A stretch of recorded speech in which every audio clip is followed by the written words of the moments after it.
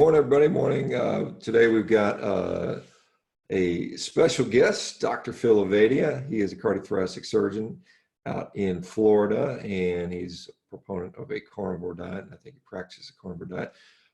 And he's a member of the platform. For you guys that don't know, he has been instrumental in helping, particularly with the research side of things. So all that research library that has been curated and cataloged and summarized, Dr. Ovadia largely did most of that by himself. So I want to thank him for doing that. And that helps to provide a wonderful resource to people that are doing this. But hey, Phil, if you don't mind, because I know some of the people may not have met you before, can you just give us a little background on your history and your little bio for a minute or two?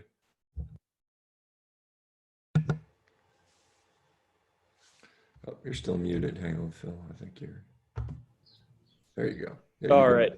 Thanks for having me on, Sean. And I just wanted to say how much I've learned from these meetings and all the great guests that you've had. So hopefully I can contribute to the knowledge of the community here. Like you said, I'm a cardiothoracic surgeon, so I do heart and lung surgery. I graduated from medical school I went to Penn State undergrad and then Jefferson Medical College in Philadelphia. And then I trained in New Jersey at Robert Wood Johnson in general surgery. And then I did cardiac surgical training in Boston at Tufts.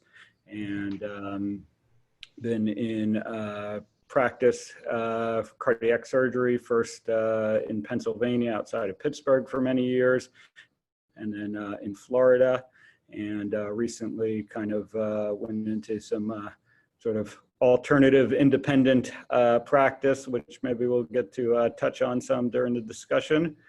But through my own personal struggle with obesity and weight loss, I came, across the low carb community probably about 4 or 5 years ago, and lost nearly 100 pounds. And since last March, been carnivore after discovering Sean's work and some of the other kind of carnivore in the community, and it's been working great for me, and I'm a big proponent of it. And so one of my kind of areas of passion has been the relation to heart health. Obviously, one of the concerns that many people have about eating a carnivore diet is the possible negative effects on heart. And as Sean mentioned, I've been kind of curating the research section of the website, and as part of that have kind of done pretty deep dive into the research between meat consumption and heart health. And as many in this community probably know, that relationship is not what it's made out to be. And I think that's something that we'll touch on and focus on during this discussion. Yeah, definitely. I think that's an important topic. Hey, I just want to, going through a CT surgery fellowship, after general surgery, as kind of a glutton for punishment, I'd have to say. I mean, I know when I was working, we did a little bit of cardiothoracic surgery when I did general surgery as an intern, and I remember those guys were just getting worked. Hard work, man. So I know you've been through some stuff, because you probably trained not too far from when I trained, and it was not. It's kind of easier these days, Yeah. With the residency, they only make them work 80 hours a week, when back in the day it was 120, 130 hours a week. Some crazy, absolute insanity stuff, the hours we put in. But I want to just ask, because we hear from a lot of cardiologists. I mean, cardiothoracic surgeons you don't hear as much from in the nutrition space, but many cardiologists, they're certainly cholesterol centric in their focus. Obviously there's a big sort of, maybe there's a little bit more interest in nutrition than maybe in the side from cardiothoracic surgery. Do you find that are basically the cardiothoracic surgeons just kind of deferring to the cardiologist for nutrition advice, and are they aligned in general, or is there some independent thought going on cardiothoracic, or you just don't think about nutrition as a cardiothoracic surgeon? Yeah, I think for the large part, I would say that that's unfortunately true. We're sort of, kind of the technicians and By the time patients get to us, that usually means that they have pretty advanced heart disease. We're usually kind of tasked with fixing that with surgery. Nutrition kind of doesn't play much of a role in that, unfortunately. Afterwards, we kind of tend to get them through the immediate surgical period and then kind of hand them back to the cardiologist for, the sort of long-term management. I think probably similar to what you experience in orthopedics, we're kind of tasked with fixing an individual problem, a particular problem, but oftentimes that means that we don't focus on, for various reasons, we don't really focus on the whole picture and maybe what led to these problems in the first place. As you mentioned, there are now some cardiologists coming around to kind of low carb, and the kind of misguided focus on cholesterol is starting to be questioned. But I think that's still a relatively small number of cardiologists, and to date, I'm the only cardiothoracic surgeon I know of in the space, although I suspect there are a few others. It's not something that people tend to publicize because of the sort of stigma attached to it. Yeah, I mean, are we seeing, I would assume, obviously there's been a lot of work with interventional cardiology and putting in stents and doing some of the percutaneous stuff, but are CABGs still, coronary artery bypass grafts still a significant part of the cardiothoracic surgeon's repertoire? Yeah, it certainly is. It's probably about 80% of what I do. Valve replacements, would be the other sort of big chunk of it. When you look at the statistics over the years, heart disease in general just continues to go up and up. Maybe a little bit of a plateauing, but for the most part, it continues to increase. The treatment for that, when you get to the point of needing either stents or bypass surgery, and there are a number of factors that go into that decision ultimately. But there was a time, before stents came out, really up until the late 80s and even into the early 90s, bypass surgery was the only option. Then stents got developed and they got, promoted, and there was a time that the bypass surgery numbers really dropped off significantly. But now with the longer term studies coming out that show that bypass is oftentimes the better option over the long term, those numbers are actually going back up now. And actually there's been some recent literature questioning the use of stents in many situations. So, the pendulum is kind of starting to swing back the other way towards bypass surgery, towards CABG versus stents in a lot of situations. But of course, I would say that, the real answer is to go back a step and figure out how to prevent the heart disease rather than these treatments. Yeah, I mean, obviously that's the proper solution. What percentage of the patients that make it to you that obviously have this advanced cardiovascular disease have sort of this diabetic pathophysiology going on? Is that common, uncommon? What are you observing, or are you testing those folks for that?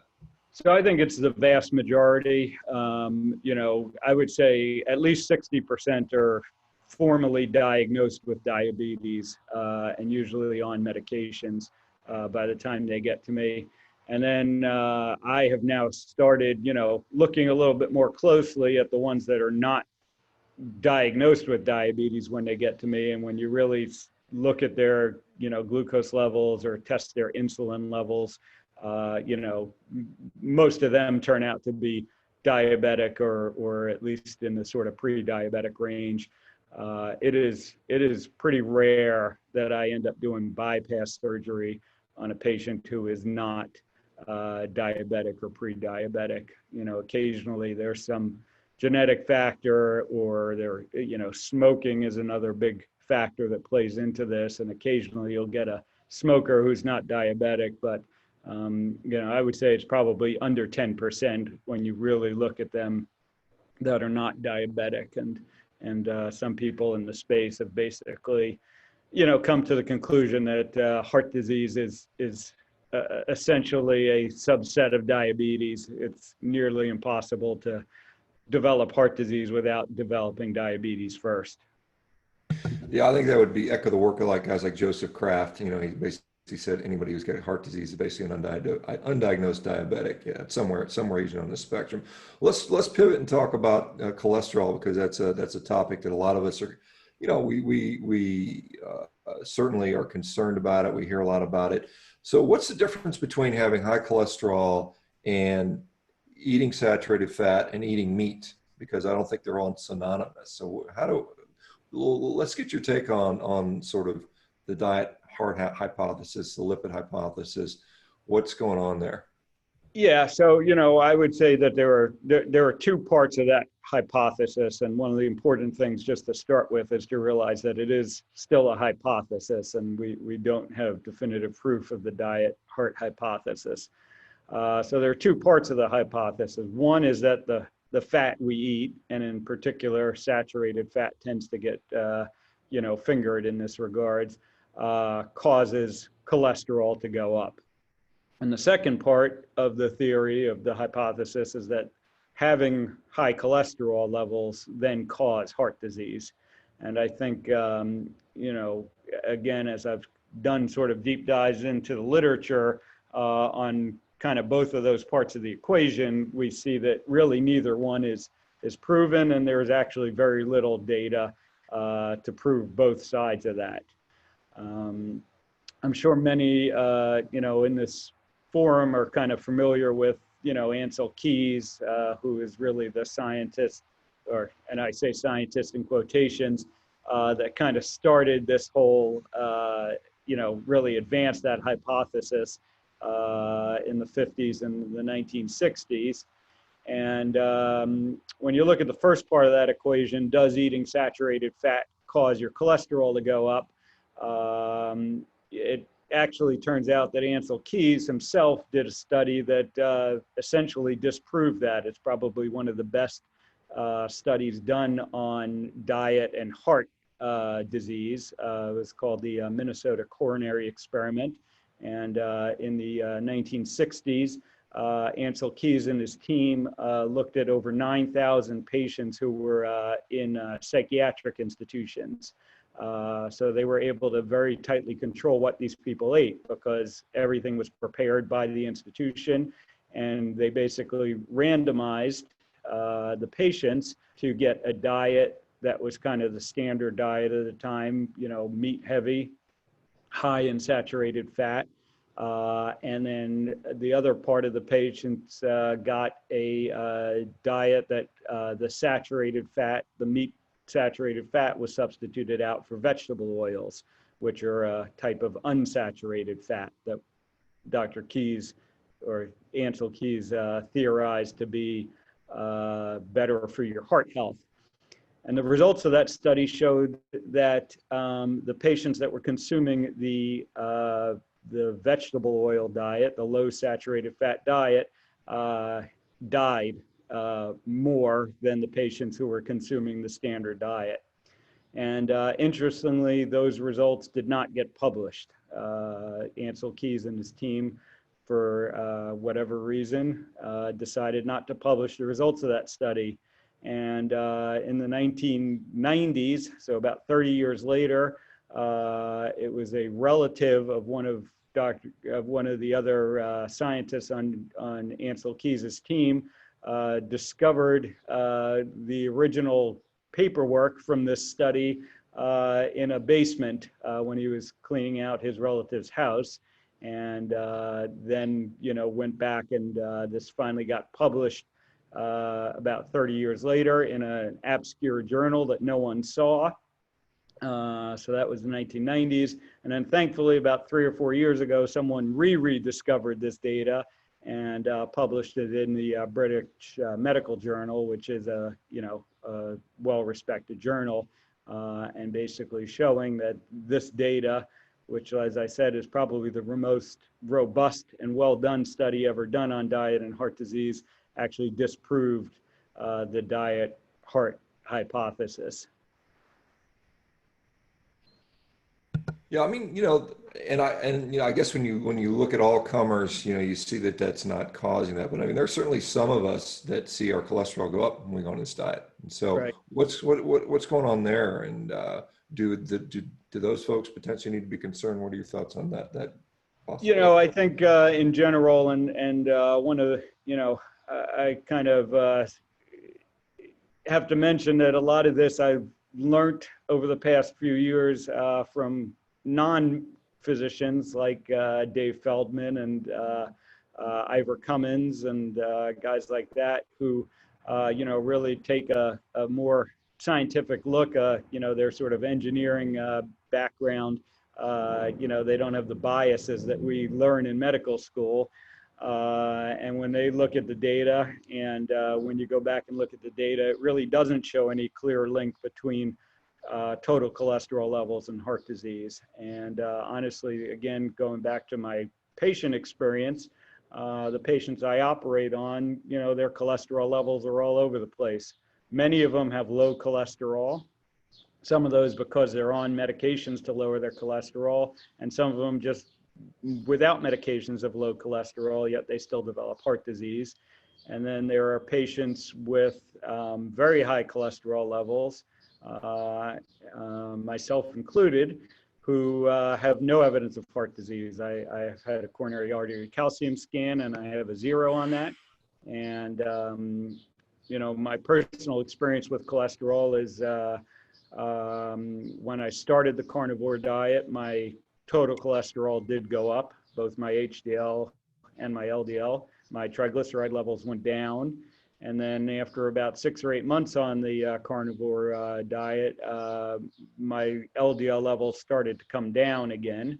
They haven't quite returned to pre-diet levels, but they've come down some. My HDL continues to go up, and my triglycerides continue to go down. And when you look at the risk factors, when you go back and look at all these different risk scoring systems for heart disease, it turns out that a high HDL is a much better predictor of heart disease or lack of heart disease.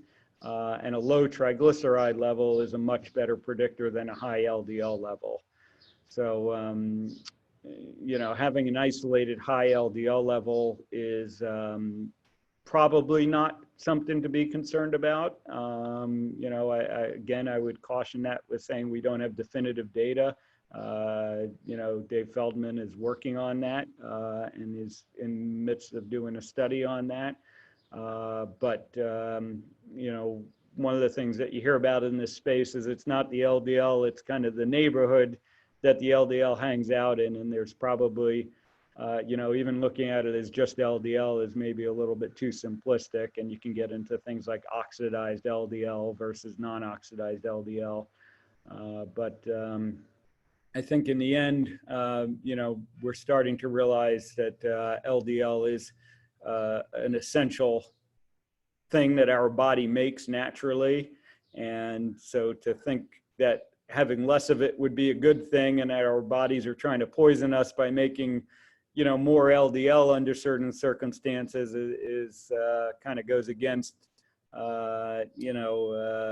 evolutionary and genetic kind of, ideas of how we got to where we are. Yeah, Phil, I mean, I think that,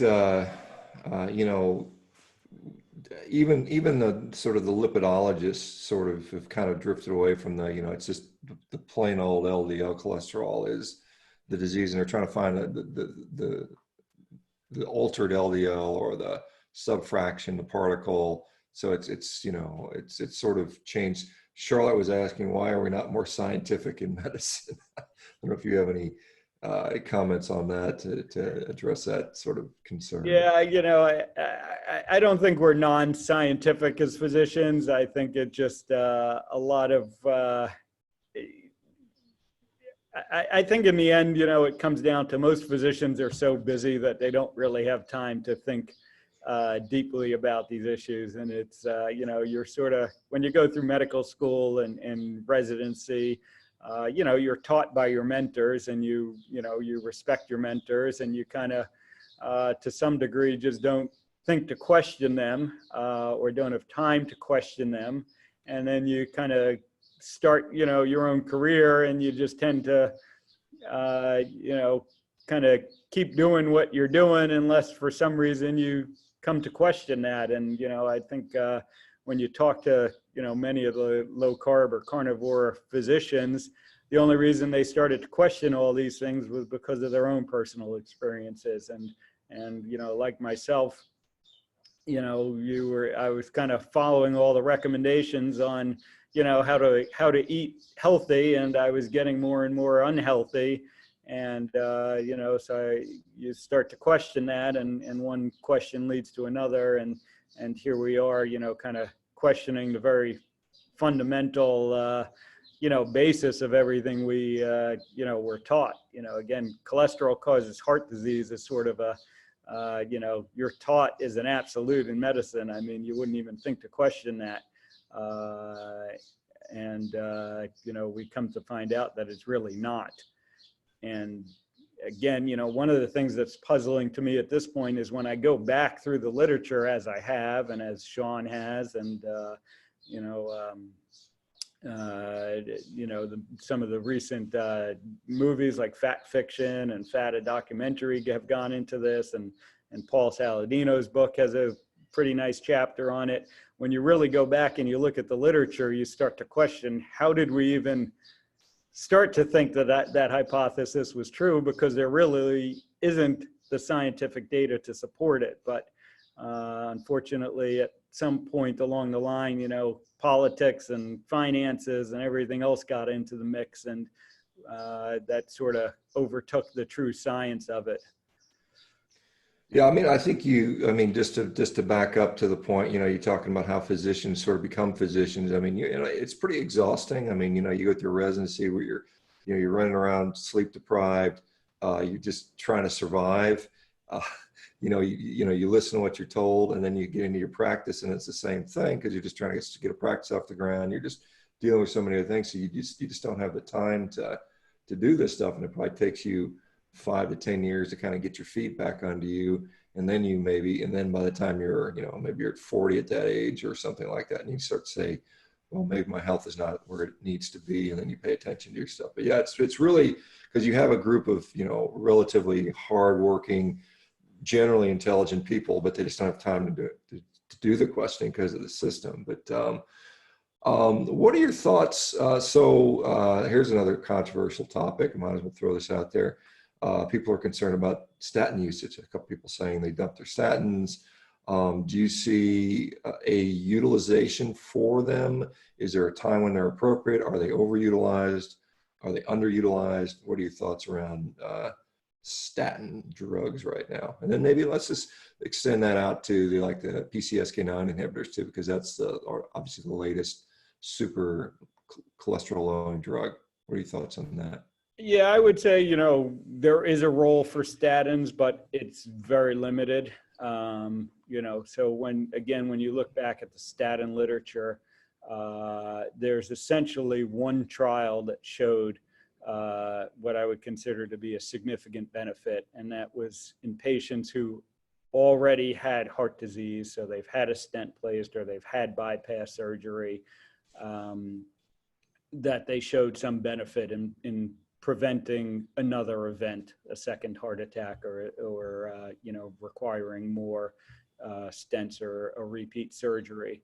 And even that benefit is not as big as it was made out to be. But I think that, that study did show a true benefit. All the other studies, when you start to look at what we call primary prevention, so people who have not had a heart attack or have not had a stent or bypass, the statins really, when you look at the data, don't play out. But that's how they're utilized. There was enough of kind of statistical we can almost say statistical magic or statistical manipulation was used to show enough to convince the FDA that, and worldwide, the European regulators and the worldwide regulators have all given the approval to statins as a primary preventive agent.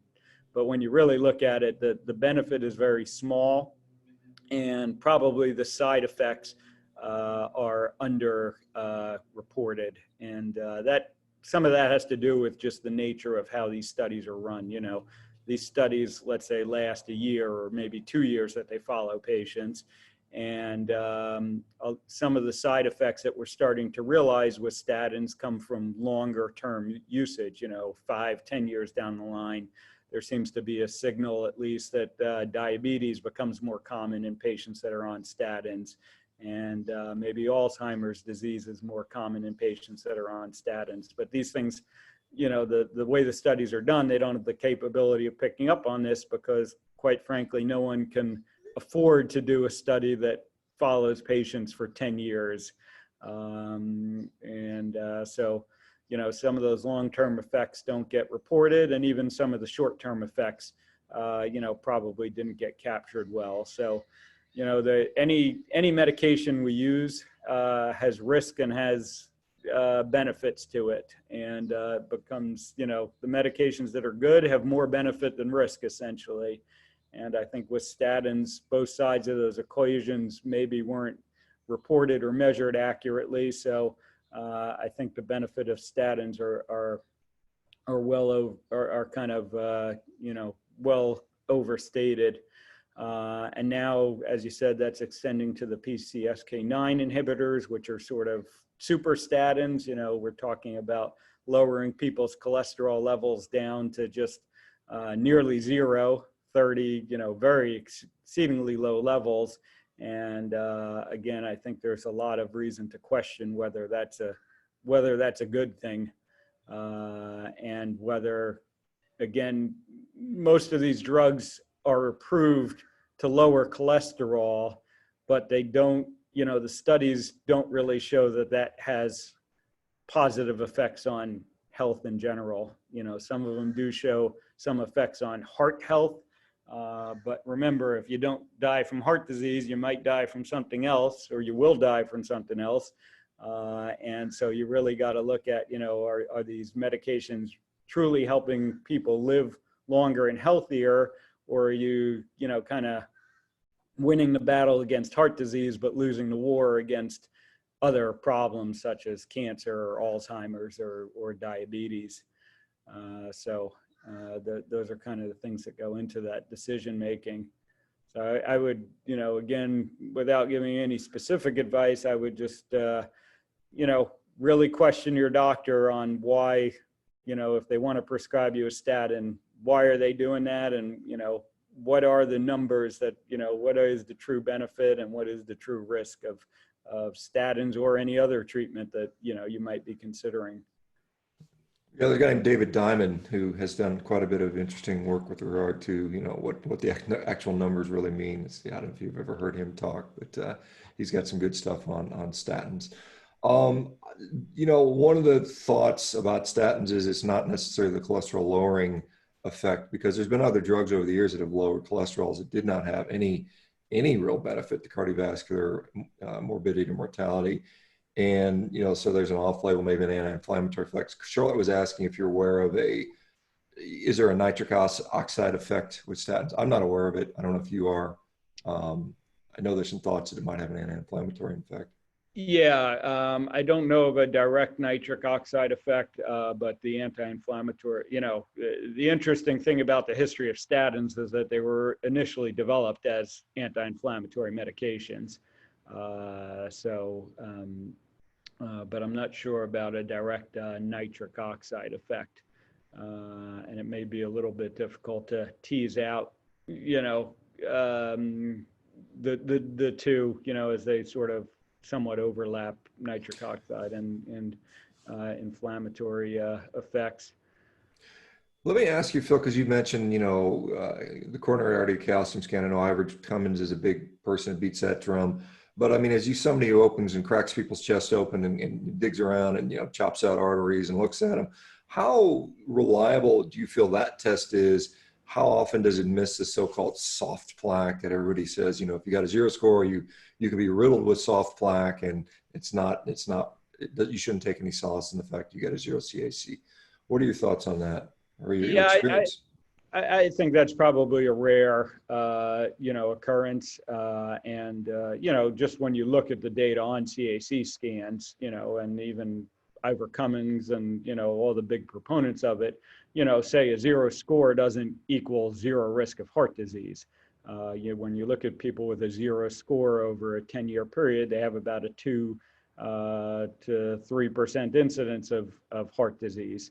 Why is that? This kind of soft plaque theory comes up a lot. And maybe there's something else. You also, we don't have a good study, on, do people get a 0 score and then they maybe they feel reassured by that, so they don't pay as much attention to their diet or other lifestyle factors that cause heart disease, and over the next 10 years something happens. So I think in general a coronary artery calcium scan is one of the best tests we have for heart disease. I think it's a lot better than the blood risk factors. Again, when you look at blood risk factors, whether you're looking at HDL or triglyceride or LDL, none of these are 100% predictive one way or the other either. So, we do have to realize that we don't have a perfect test. So we got to look at what's the best test. And today, I would say that a coronary artery calcium scan is probably the best test we have to determine future risk of heart disease. But I think, it's also part of just looking at the whole picture, combine your cholesterol numbers and your other blood markers with a coronary artery calcium scan in appropriate situations. And then, realize that that's just a snapshot in time, and that, over the long term, probably the best thing is don't worry about the test, just do what are the right things to do to minimize your risk of heart disease. And, I think it's going to be rare that if you kind of stick to those things, that you're going to develop heart disease, and any test is probably not going to be able to predict that 100%. It's just the nature of our tests. Phil, at the beginning, you mentioned, like getting into something else, like you're having another, I'm not sure what you're alluding to, outside of cardiothoracic surgery. Are you having a little offshoot of your practice, or what's going on there? Can you tell us a little bit about that? So there are two things that are changing or have changed. One is the way that I do cardiothoracic surgery. So, the vast majority of cardiothoracic surgeons in this country, probably 95% these days, are employed by hospitals or large health systems. The sort of independent practice cardiac surgeon is becoming a very rare thing. Starting at the beginning of this year in January, I decided to leave my employed position, and I'm doing what's called locums physician work. And basically what that means is that I travel around the country to different, hospitals that are in need of cardiac surgical services. There's actually a shortage of cardiac surgeons in this country. And so there are many hospitals around the country that don't have cardiac surgeons or don't have enough cardiac surgeons for their caseload. And so they, I basically travel around to different places, usually a couple of weeks at a time, and, kind of provide my services for a few weeks, and then I move on to a different assignment. So that's one part of it. And the second part of it is I am in the process of launching a online telehealth practice that's going to focus on, kind of lifestyle issues and heart disease. And so that's going to be kind of a separate thing. And that's, really become my passion. Again, I'd rather prevent heart disease than treat it. And ultimately, I've said to many people and many people in this space, if I end up putting myself out of business, that would be great, because that means people are more healthy. Unfortunately, I think we have a long way to go in that regards, and all of us in this community, need to continue working to kind of spread the word. But that's a way that I can kind of help on the side, because within the standard practice of cardiac surgery, as I mentioned at the beginning, there really just isn't the framework to be able to, provide these services. Just the way that the whole medical system is set up, it just doesn't allow for a employed cardiac surgeon to take the time to do nutritional counseling and that type of thing. So kind of gone outside the system, trying to figure out my way to hack the system, as many of us in this space are. Yeah, I can tell you, as an formerly employed orthopedic surgeon, yeah, you're not really set up to do that stuff. And I looked at the locum stuff at some point. It's got an appeal, and that is because you just don't deal with all the administrative stuff. You just go in, you take care of business, and you leave. And you're like, it was kind of like for the time I was in Afghanistan and I did a medical mission down in Peru. It was just go in and operate and do what you're trained to do, and you don't deal with all the ancillary crap that's there. It's just so annoying, and it's just this overburdensome bureaucracy, administrative garbage that's been dumped on all these physicians. But the other part of it, which is, I think is really awesome that you're doing that, because I think more and more physicians, I think, once you have this sort of life altering, your eyes have been opened up, man, it is hard to just ignore it, and you just find compelled. I'm glad you're finding a way to help people in that way, because I think, ultimately, as I've been saying for a couple of years now, and I think there's more and more people seeing, the healthcare system itself has some major problems. I think the healthcare system is basically sick itself, and it's inextricably linked to interest, big pharmaceutical companies. Where, the administrative sort of huge administrative,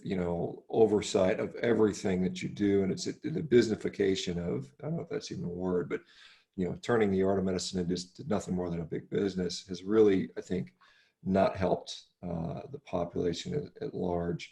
I don't know if you want to get into this stuff or not, but Charlotte is asking about coronavirus, and do you have any thoughts on why the COVID-19 patients seem to be presenting with evidence of pulmonary edema as a presentation factor? I don't know if obviously you're not a pulmonologist or infectious disease guy, but let me just, do you have any, again, while we're talking about controversial topics, do we have room has our response to coronavirus been perfect? Have we made errors? Which way have we made errors in? Do you think there's more of a nuanced way we could have taken care of it? Do you think a full lockdown is the way to go? What are your thoughts?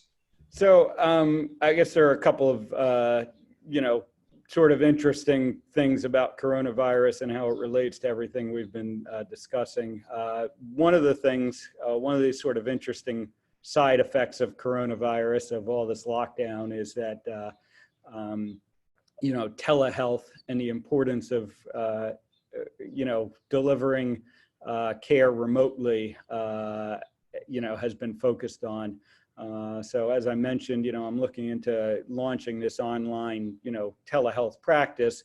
And, prior to coronavirus, prior to about 2 months ago, it's actually the laws around treating a patient, over the internet were very restrictive. And then everyone went into lockdown, and we realized that people still needed to see their primary care doctors. And all of a sudden, almost every state, as far as I know, overnight said, oh, telehealth is great. And, now you can provide telehealth and you can do it across state lines. So, one of the restrictions on telehealth that was problematic for physicians is, I'm here in Florida, and the patient, wants to call me from outside of Florida, different state laws oftentimes prevented that. So a lot of those laws are being let up on a temporary basis, and hopefully that will become a permanent thing, because that will really benefit patients. The other interesting thing, about coronavirus and I think how it relates to us is that, one of the most consistent findings when you look at the patients who get sick from coronavirus is that they're metabolically unhealthy. They're either obese, have heart disease, hypertension, diabetes, or combinations of the above. So again, one of my hopes with all this is that it will really turn a spotlight on that, and we'll really start to question, why have we become so metabolically unhealthy? I think, coronavirus, scientifically kind of has figured out a way to attack that weakness, and one of the reasons why the United States and the United Kingdom and Italy, and Spain are having such devastating, effects from this virus is because, as we know in the United States, 88% of people are metabolically unwell. So, I think if that was not the case, the coronavirus would have come and gone without much of a notice. So again, looking at, underlying causes. In terms of our overall response to coronavirus, I think that, probably the total lockdown was a bit of an overreaction. I think, much of the initial projections on the effects of coronavirus were erroneous. And I don't think that was a malicious intent. It's just that it's hard to predict things at the beginning. And, now that we look back, we realize that a lot of those factors that went into those models were perhaps, overdone, in terms of how deadly the virus was going to be and how much it would spread. And so hopefully we're getting to a point now where we can, I think, more of a targeted, protection strategy or targeted lockdown strategy, really looking at the people who are most susceptible to getting ill from this, and perhaps being more cautious about, letting up the lockdown, or, just protecting those people. So, if you are metabolically unhealthy, and or you are older, it's probably a good idea to be a little bit more cautious.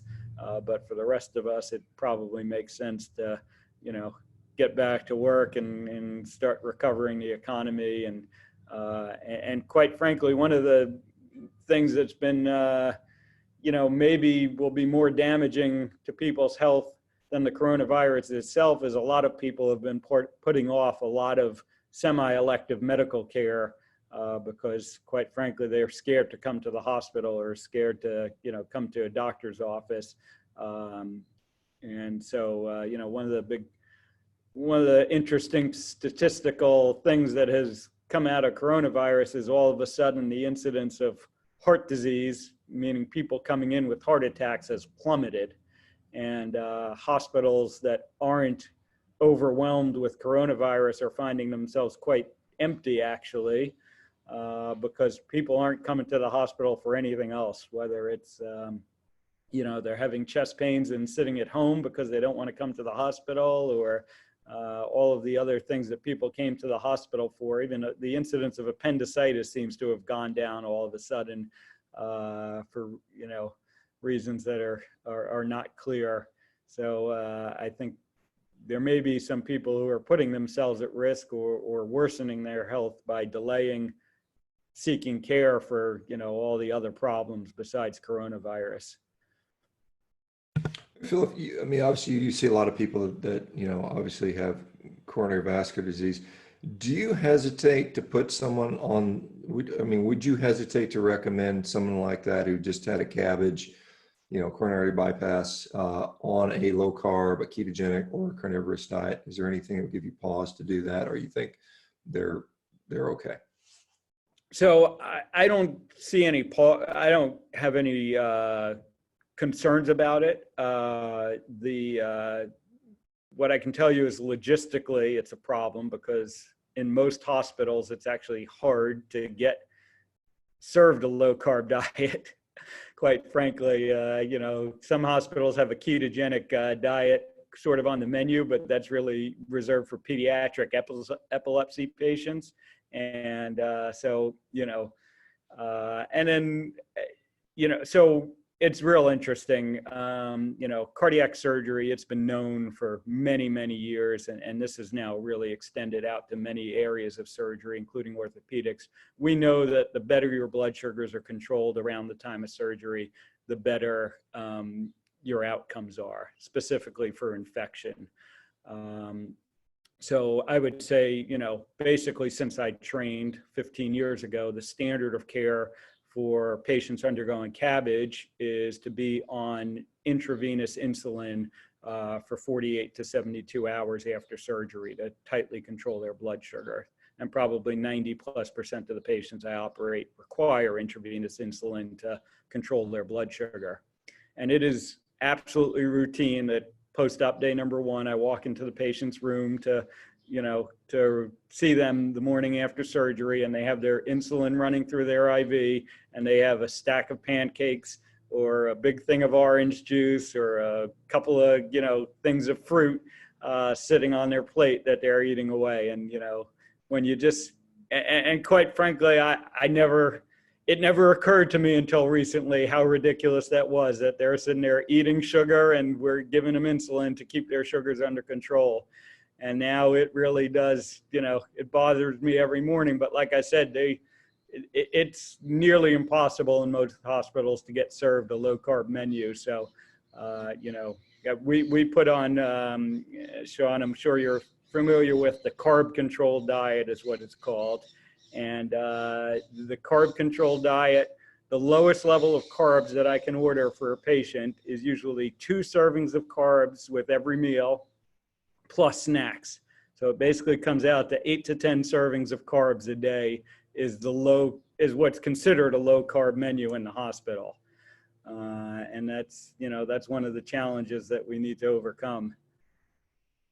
Yeah, I remember seeing my post-op patients, joint replacements, and everybody have a sliding scale ordered, to lower this glucose. And this is before I woke up and figured out, wait a minute, let's not feed these people all this sugar. Are you finding it now, as a locums guy who's traveling from hospital to hospital, is it pretty much the same thing everywhere you go, or is there any places? I know Jeff Cucuzella, who maybe we should get on at some point, has had some good success with converting his hospital into at least having more low carb type things. Is it pretty much the same every hospital you've gone to, or I don't know how many times you've moved around so far? Yeah, it's pretty much the same. And Jeff is, he's in West Virginia, and quite frankly, that's the only one I know of. I think Tro Kalasian has now been able to get a low. I know when he was in the hospital he recently underwent neck surgery, and I know he had kind of put out on Twitter that he had a specifically, he was able to get the dietitians at that hospital to specifically design a menu option for him. But I don't know of many hospitals that, you can just walk in and say, I want the low carb option. I think, if you specifically ask for it, you can probably get it, or obviously, you can order, you can just not eat the carb portion of whatever meal you're served. But it's really on the patient to do that. It's not well supported at any hospital that I've been at. Yeah, I had basically told patients just bring your own damn food in.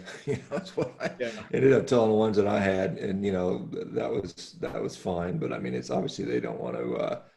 Some feel like they're paying all this damn money for the hospital. They should at least be fed for free, and not have to, do that stuff. So that is a little bit frustrating. Yeah, and even as working at a hospital, I mean, I basically don't go to the cafeteria anymore because it's just, there's nothing that I would consider healthy there. I most days I just fast, during the day at work, and I eat dinner when I get home. Because it's just it's sort of a nutritional wasteland in the hospital, unfortunately. Yeah, that it is. I was eating burger patties and I can't remember eggs and stuff like that. I had a Yeah. pretty low carb type of thing. But what is so Phil? What does your diet look like currently? How do you what does a day in the life of eating look like on a work day, on a non-work day for you?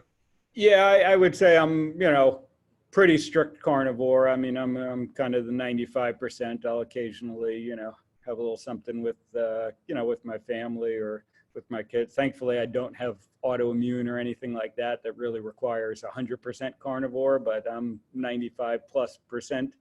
So most days I find myself eating one meal a day, just because that's when I'm hungry. And for me, it usually works out to be dinner. Occasionally on a weekend when I'm not working, maybe do two meals, breakfast and dinner. But, one of the amazing things about carnivore to me has been, it's just so easy. And you really find yourself not to be hungry.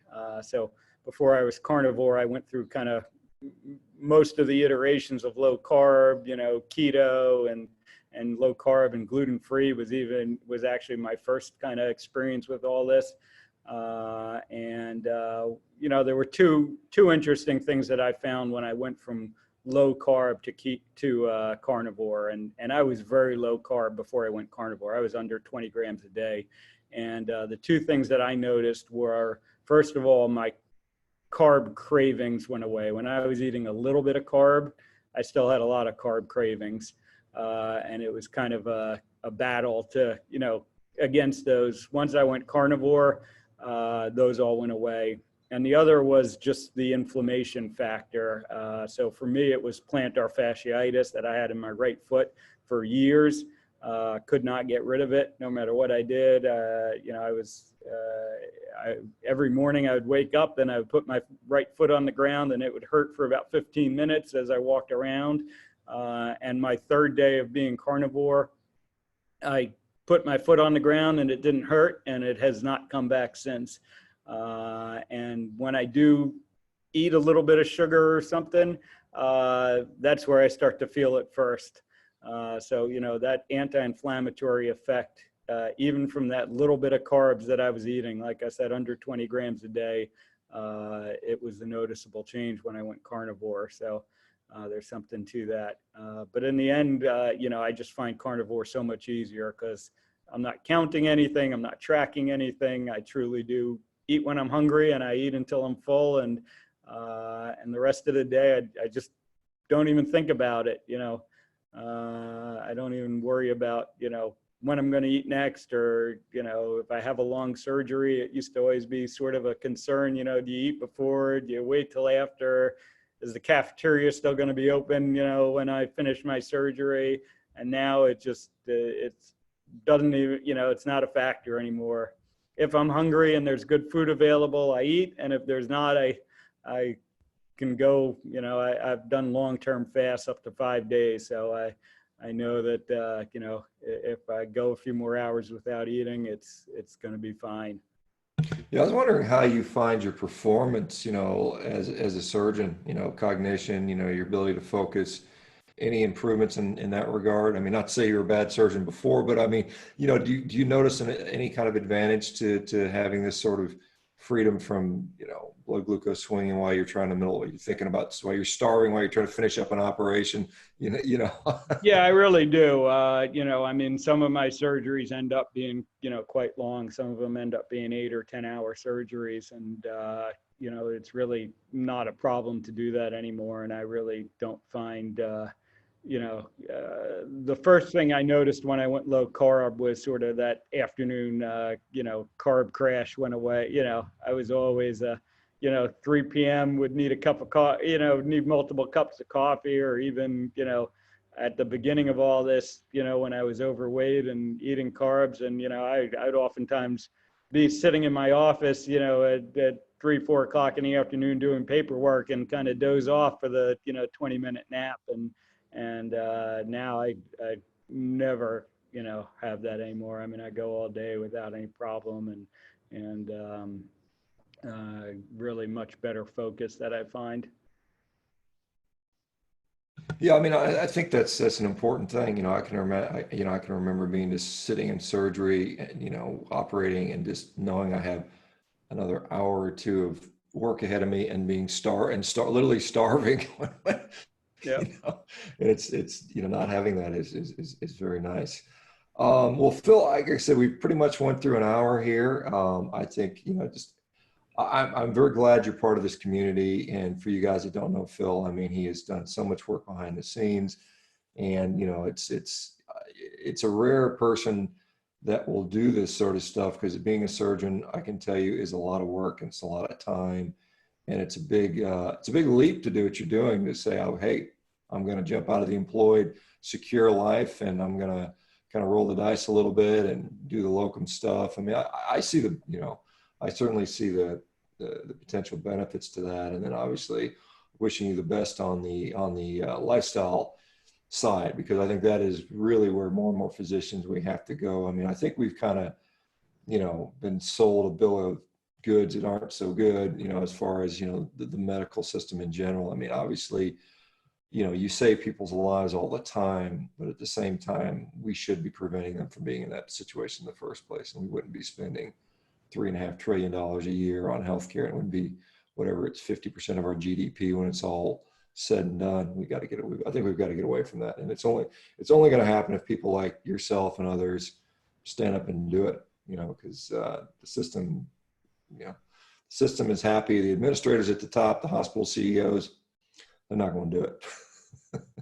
I don't think. Yeah, they don't have the reason to do it. The system's working for them, quite frankly. Yeah. But I think for a large part, the system isn't working for physicians anymore, and we need to take back healthcare. Yeah, that's a great thing. That's a great catch line. Maybe hashtag take back healthcare, because I think it's up to the physicians to do it. And I think we, however many, thousands of us there are in the country, we probably need to start getting this message out more. Anyway, and I know the people that depend upon physicians would really appreciate that if we had a better alignment of our goals. Anyway. Okay, guys, thanks again. Another good topic. Phil, thanks for coming on. I'm going to shut this one down, and I'll see many of you guys tomorrow. Okay, everybody have a great day. Okay, bye-bye, guys.